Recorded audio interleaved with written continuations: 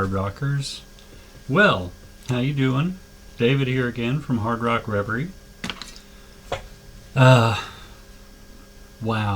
So today is a very, very special day. Today is January 17th, 2021. And why is that special? Well, that is special because that is the birthday of Motley Crue 40 years ago today. Yay! So, I don't really know specifically what I'm going to talk about, but I just had to do something to commemorate this anniversary. Because this is a really big deal to me, and I'm sure to some of you. Hopefully a lot of you. So, 1981, I was 11 years old. In January, I wouldn't have been. I was 10. But had never heard of Motley Crue. Still wouldn't hear of Motley Crue for a couple more years, actually. Grew up in Missouri. And obviously Motley was out in LA, so word didn't travel that fast back then. No internet and all that. And I didn't have, back then we didn't, not only we didn't have the internet, but we didn't, before the internet was invented, it didn't work like by phone. We didn't have a Pony Express. We basically did have a Pony Express, but I didn't have somebody out in the world somewhere who knew, oh, this guy's a metalhead. We should call him and tell him the news. No, sadly the internet didn't exist then, so we had to actually live our lives, experience the real world, stuff like that. So anyway, I was introduced to Motley Crue by a couple of my best friends in 1983 when Shout at the Devil came out. And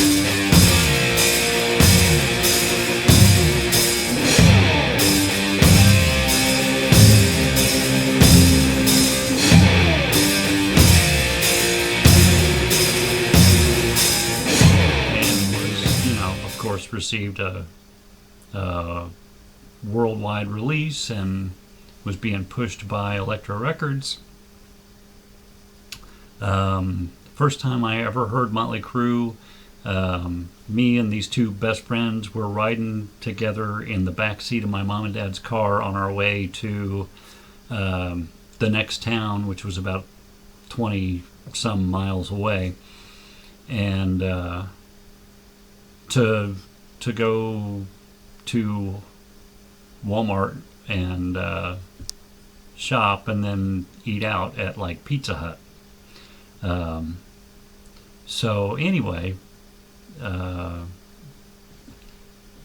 we're sitting in the back seat and I don't remember what, somebody's holding the big boombox cassette player on their lap.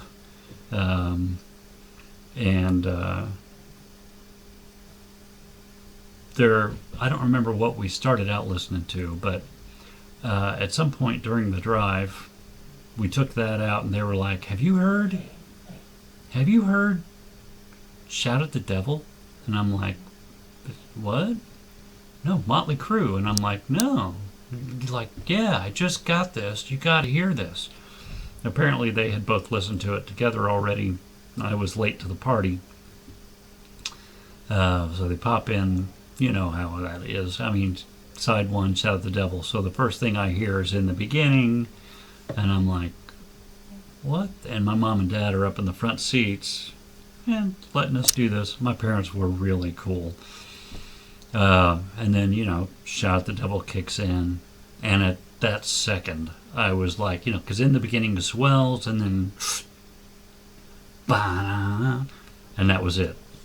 Total life changer. Total life changer. And I honestly think I have never stopped replaying that moment in my mind. In all the years, 40 years since, well, 38 years probably, since that took place in my life, I have just never gotten over it. Because if you saw the first video, then you probably would understand if I tell you, Kiss has been sort of my lifelong my band, and my favorite, love of my life musically and everything. But a lot of that was really early on, and then kind of faded, as it did for most people, I think, around 1980-ish, 81, 82, 80, and then kind of re-exploded in 83. I was still listening to Kiss, honestly, but in 80, 81, 82, the people who always made fun of you for liking Kiss had a reason. Because, we were going through the Unmasked and the Elder period and all that stuff. Well, 83, Kiss comes back out with Lick It Up. And the makeup's off. The sound is amazing. Great songs. Paul's voice. And so Kiss was back, and if you liked Kiss before, you liked that Kiss too. Most people. But at that point, the first time I heard Lick It Up, I'm pretty sure we already had Shout at the Devil too. And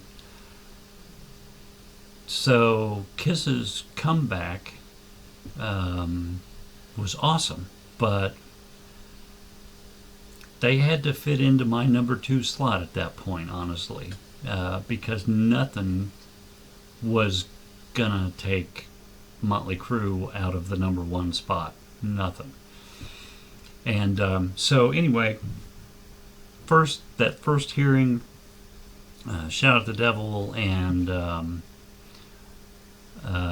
then kind of backtracked a little bit. I think I was on Columbia House at the time, and I was looking through the catalog, and I'm like, Too Fast for Love? What's that? Another Motley Crue album? Oh my God. And I was the first one who apparently found that out of me and my buddies. So naturally got it right away, and don't remember if I ordered it through Columbia House or just after I found it in the catalog went out and bought it. But whatever the case, I got to introduce them to that album, so that was kind of nice.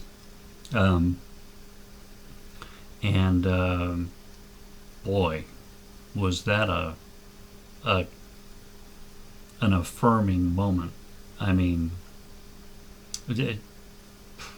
As great as Shout at the Devil is, and as much as I still to this day am just blown away by the power and the rawness on that album, Too Fast for Love is my favorite Motley Crue, and has been for a really long time.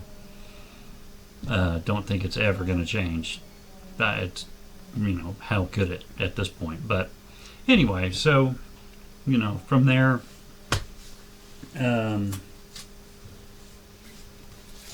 I guess you could say I started with this,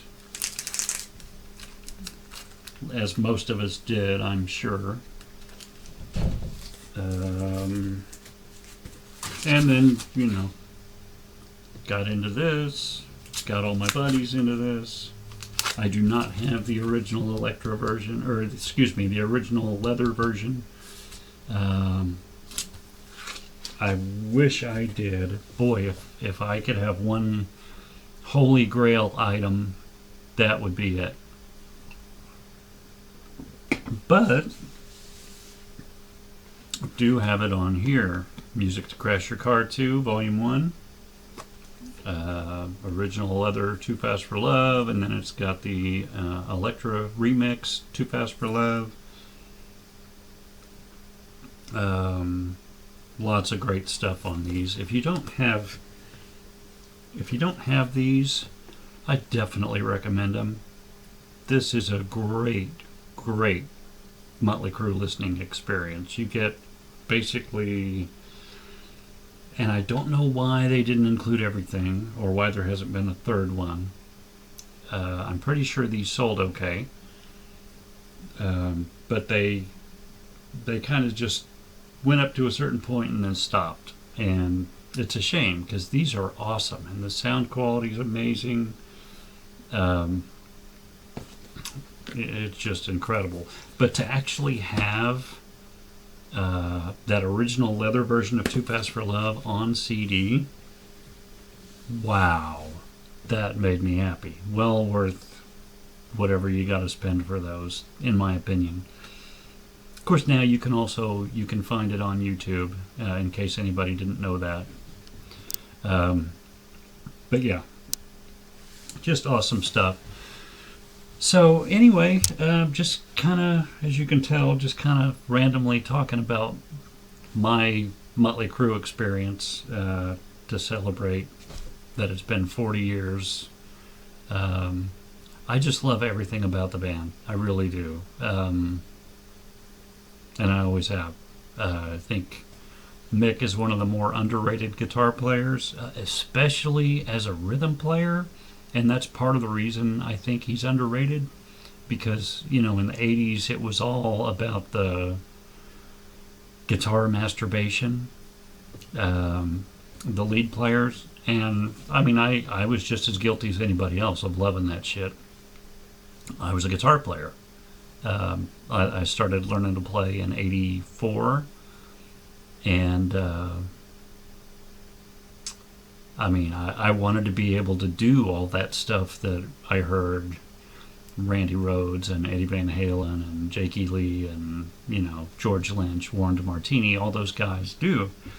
Never quite got there, but I was pretty okay for a little while. But yeah, Mick, I love Mick because he didn't masturbate. He played what he needed to play and what felt right in the song. But his rhythm playing is incredible. Dude is a great rhythm guitarist. He's a great lead guitarist too. Just not, you know. So anyway, one of my favorite Motley Crue items I ever have owned. My parents got me this for Christmas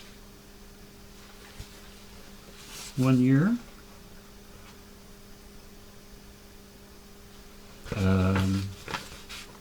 Specifically, it was labeled "From the Best Mom in America," which she was. It is the Motley Crue Helter Skelter picture disc, fully intact and undamaged, which I love. This thing is awesome, and it's got the Helter Skelter side, which is side 1, and that has Helter Skelter and Red Hot from Shout at the Devil. And then it's got on side 2 the leather side, which has got Live Wire and Piece of Your Action. The leather versions. Yay! There's the pictures on the picture disc. Very cool. And the poster that comes with it is just awesome. And I absolutely love it. But yeah, so this was the first I ever heard of the leather version of Too Fast for Love, which is awesome. But I believe that was 85, Christmas of Christmas of '85 probably is when I got that.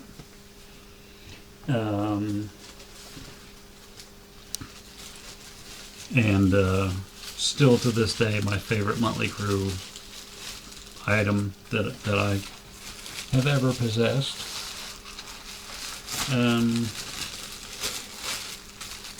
Just because it's awesome and, you know, sentimental value. So anyway, and I've got everything else here. I'm not sure why. I was thinking about, should I do a rank of Motley Crue albums, which I'm definitely going to do. I have some opinions that I think a lot of people are going to be upset with. Hey, you know what? Motley Crue, when they came along and I was, 13, 14, 15, of course, a very impressionable time in my life. Motley Crue basically were there for me, taught me how to feel like it was okay for me to look someone in the eye and say, fuck you. And I did quite a bit of that because Motley Crue gave me permission to. So thank you, Motley Crue. You really made an impact. Anyway, some more of the collection here. Pardon my lean. And of course, this one, Theater of Pain, still got the Admit 1, Act 1, Smoking in the Boys' Room hype sticker, and all of these are complete. I've got the inserts, the inner sleeves, and all that stuff. Girls. Look at that, $6.99. Wow. My concert ticket from the Girls tour, the one and only time I've seen them live, and that was in Kansas City at Kemper Arena on Saturday evening, July 11th, 1987 at 8 p.m. $16.50 to see Motley Crue live in 1987 with Whitesnake opening. And yes, that was Whitesnake, which at the time included the band from the Still of the Night video. So Adrian Vandenberg, Vivian Campbell, Rudy Sarzo, Tommy Aldridge, and of course Coverdale. And what an opening act. That was a great show. Definitely glad I went to that. And then of course we've got Dr. Feelgood from '89. Great album.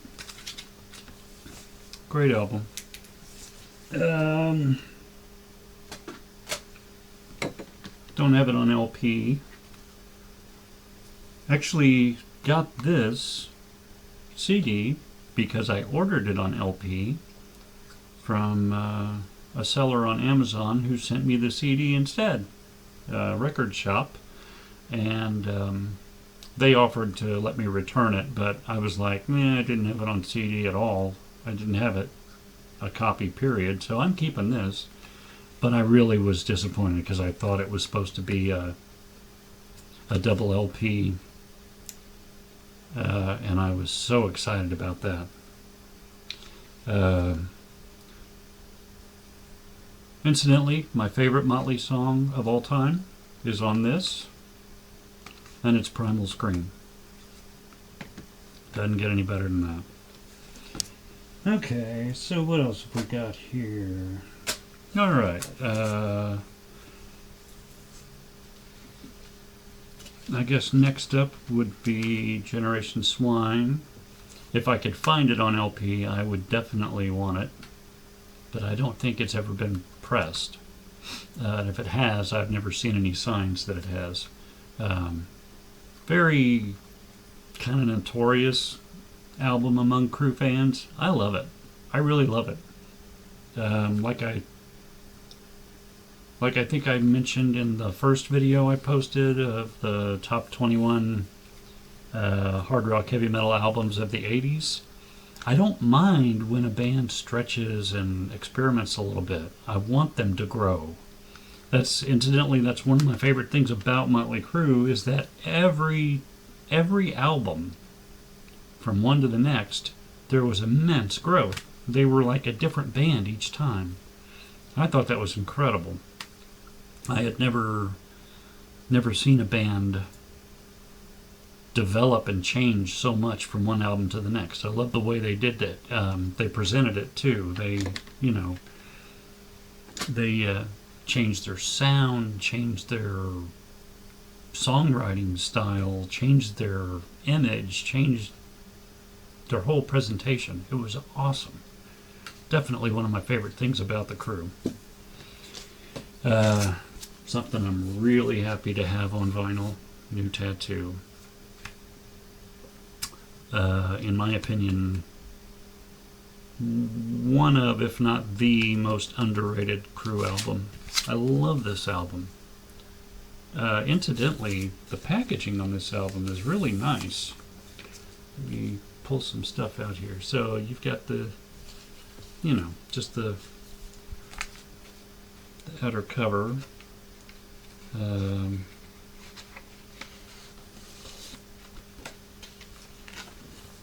then you've got this insert inside, which gives you the tour dates.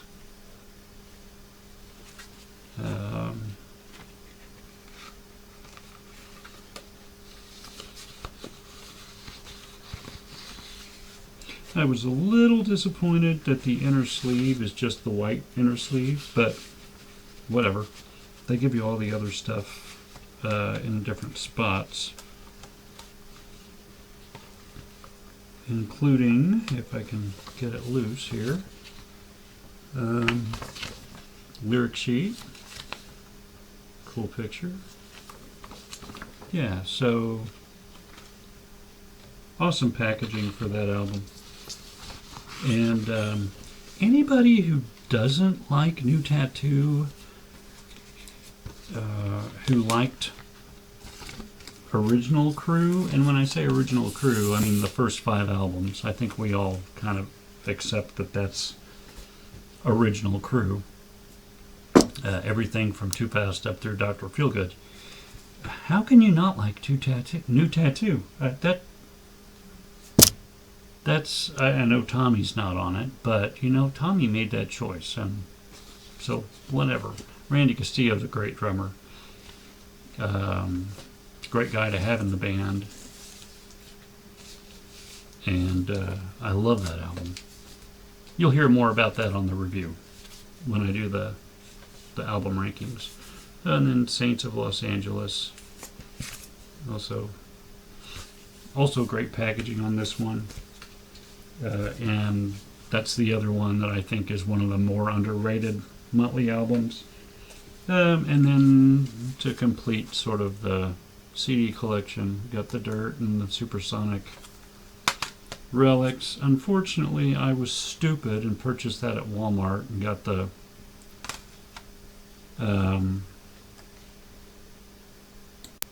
censored version. So I don't mind that it doesn't have demonic in the title, I guess, but had I realized at the time that was what Walmart was doing, I would not have purchased it there. So anyway, okay, so that's the Crue discography, basically, that I possess. I just love them, just absolutely love them. The debauchery and the image and the presentation is all incredible, but Motley to me is a lot like Kiss in that people think, image, you like them because of the image, or because they're bad boys, or this or that, or they wear makeup. No, I like that too. I like that about them. It's like the icing on the cake. But if the songs were crap, that would have gotten them through, a couple of months. And then people would have been like, I'm going to go listen to, Rat or Scorpions or whatever.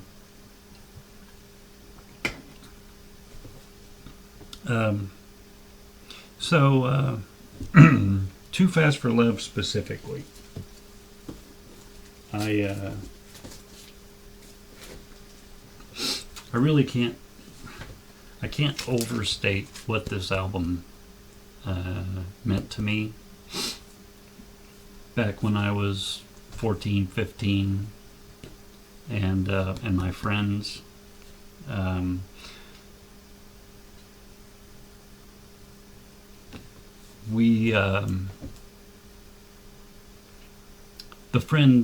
One of the best friends who introduced me to the Crue that day in the backseat of Mom and Dad's car was killed in 1986 in a car accident. And I doubt if any of us who were classmates and friends with that person are ever going to forget that around the time of the funeral, the days before and the weeks after, when we got together and just kind of got together just to celebrate the friends who died in that crash. And the way that we celebrated it, we didn't really talk much about it, but we listened to Home Sweet Home and On With the Show by Motley Crue. So that's kind of what the band has always meant to us and to me. And that was one of the great things about them. Back in the day, we felt like, they were those kind of friends, and they were a gang, and nothing was gonna split them apart or,